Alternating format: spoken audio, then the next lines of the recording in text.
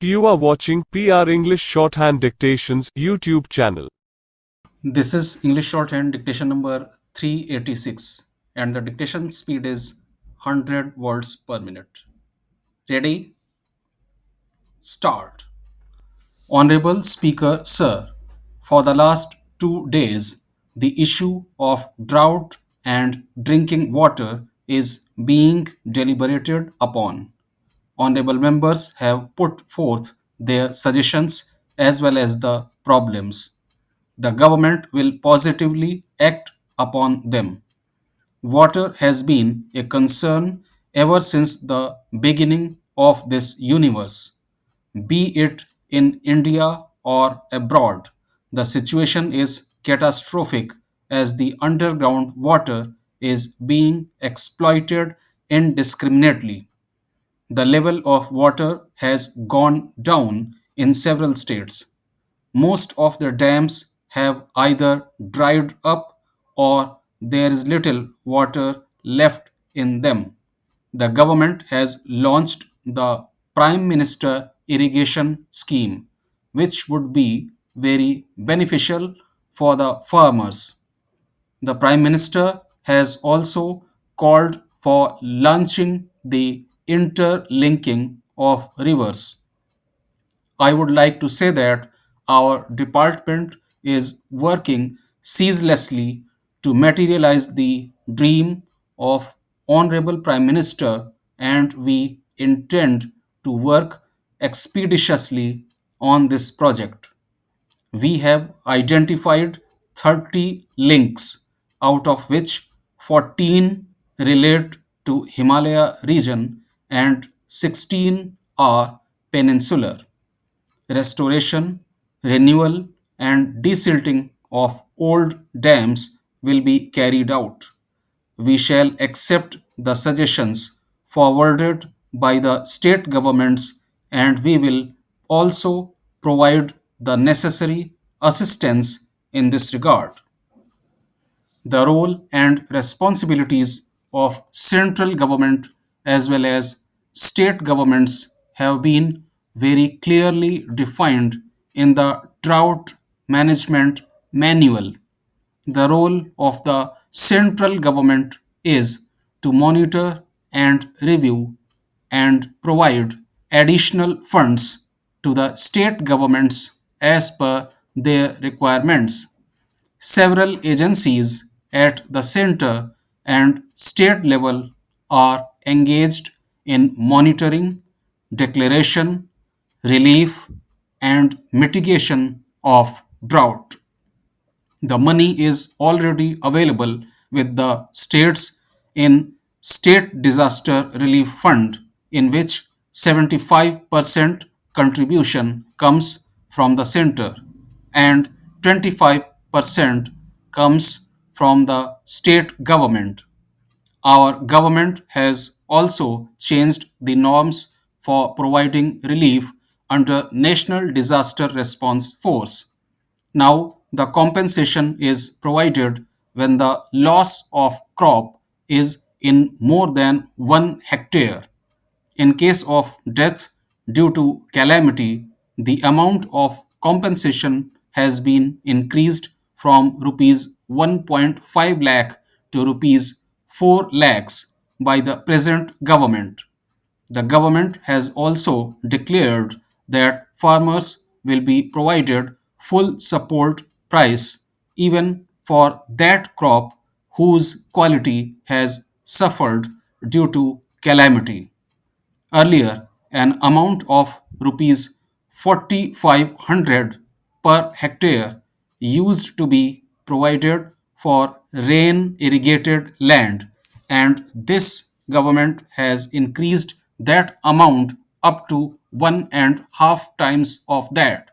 A significant increase has been made in the funds being provided under National Disaster Response Force to the states. The government also provides subsidy on seeds, and it has been proposed that 50% more subsidy will be provided in respect of kharif crop as and when drought strikes. This has been done with a view to providing seeds to the farmers easily.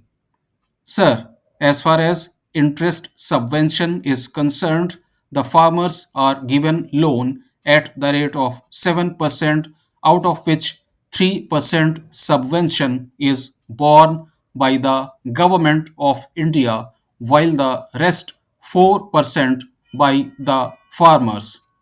We have yet to make available water for every field despite 68 years of independence. If we want to make the villages of India prosperous, then watering of every field is important. Presently, 89 manor projects have been pending for years, and there is a target to complete 40 such projects in the next 2 years by working in a mission mode. The ministry is primarily looking after the micro irrigation schemes. Micro irrigation is being used in sugarcane cultivation in one of the states where up to 1.5 to 2 lakh hectares area is being irrigated under the micro irrigation. This is being mentioned to underline the fact that water is life and to save water is paramount, as every member has mentioned. That is why Honorable Prime Minister has also been talking about per drop more crop, and he has not only given slogan but has also accelerated the pace of implementation. I would like to request and urge all the members that we should collectively fight this crisis of drought, and not only do we show a combat against it but also emerge victorious. India is a country with a vast potential for tourism development, even though we have failed to fully exploit this potential. It is a matter of regret that we are able to bring less than 1% of the total world tourists into our country. Still, tourism contributes 7% to the GDP of the country and also provides direct and indirect employment to the tune of 12% of the employed force in the country. It is a dream of the Honorable Prime Minister that tourism should not only become a major foreign exchange earner for the country but should also become a vehicle for employment generation and women empowerment. India has also registered an increase in the ratio of foreign tourists' arrivals to the world average in this regard. The Honorable Prime Minister has always given due importance to the potential of tourism in India.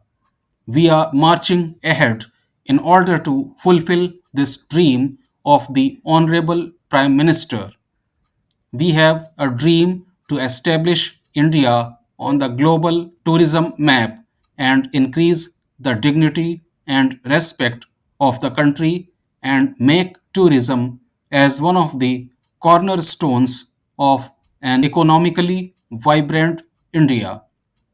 I would like to urge my media friends, fellow parliamentarians, including the honorable members of this august house, that they have to work as true cultural ambassadors of India in order to propagate the cultural strengths of the country all across the world. Sometimes apprehensions are raised that India is not a clean and safe country. I think we should discard such notions through our deeds. We are of the firm opinion that ours is a safe and vast country with the might of 125 crore people behind us.